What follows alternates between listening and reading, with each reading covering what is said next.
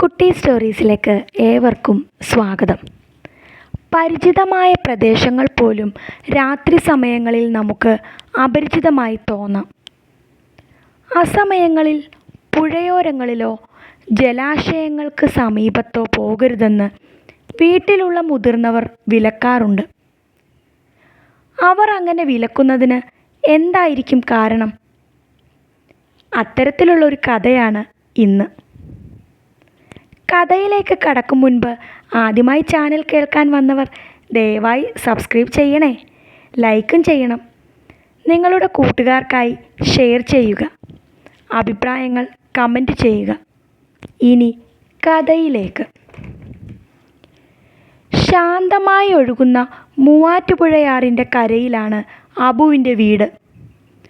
ഒരു 20 വയസ്സ് പ്രായം തോന്നും അവന്. അവിടങ്ങളിലെല്ലാവരും തുണിയലക്കാനും കുളിക്കുന്നതിനുമായി ആശ്രയിക്കുന്നത് ആറ്റിലെ വെള്ളത്തെയാണ്. മിക്ക സമയങ്ങളിലും കുളിക്കടവിൽ നല്ല തിരക്കാണ്. ഏത് സമയത്തായാലും സ്ത്രീകൾ തുണിക്കെട്ടുകളുമായി മത്സരം നടത്തുന്നത് കാണാം.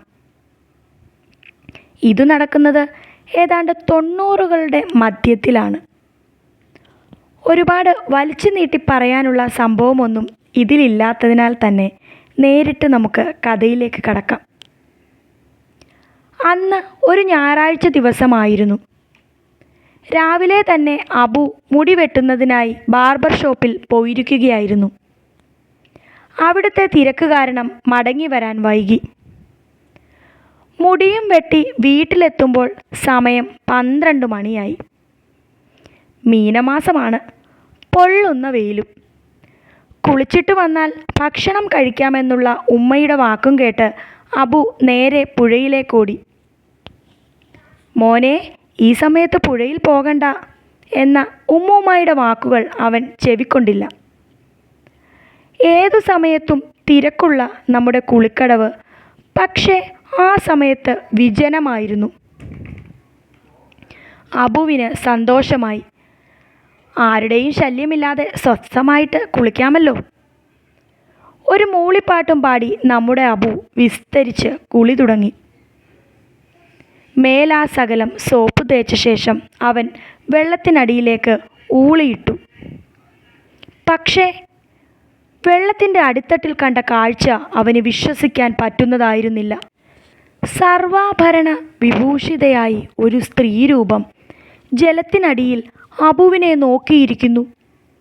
തലയിൽ കിരീടം, തിളക്കമുള്ള ആഭരണങ്ങൾ, കണ്ണുകളിൽ തീജാല. അബുവിന് പിന്നീട് ഒന്നും ഓർമ്മയുണ്ടായിരുന്നില്ല. കുളിക്കടവിൽ വീണു കിടന്ന അബുവിനെ നാട്ടുകാർ ചേർന്നാണ് വീട്ടിലെത്തിച്ചത്. കുറച്ചു നാളത്തെ ചികിത്സകൾക്ക് ശേഷമാണ് അബു നോർമലായത്. അതിനുശേഷമാണ് ഈ കാര്യം പോലും പുറം ലോകം അറിയുന്നത്. അതിനുശേഷം അബു പുഴയുടെ ഭാഗങ്ങളിലേക്ക് പോയിട്ടില്ല.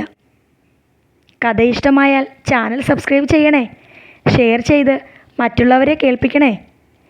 നിങ്ങളുടെ അടുത്ത് പുഴയുമായി ബന്ധപ്പെട്ട മറ്റോ ഇത്തരം കഥകളുണ്ടെങ്കിൽ ഡിസ്ക്രിപ്ഷൻ ബോക്സിൽ പറയുന്ന മെയിൽ ID യിൽ എഴുതി അറിയിക്കണേ. അടുത്ത കഥയുമായി വരും വരെ ബൈ.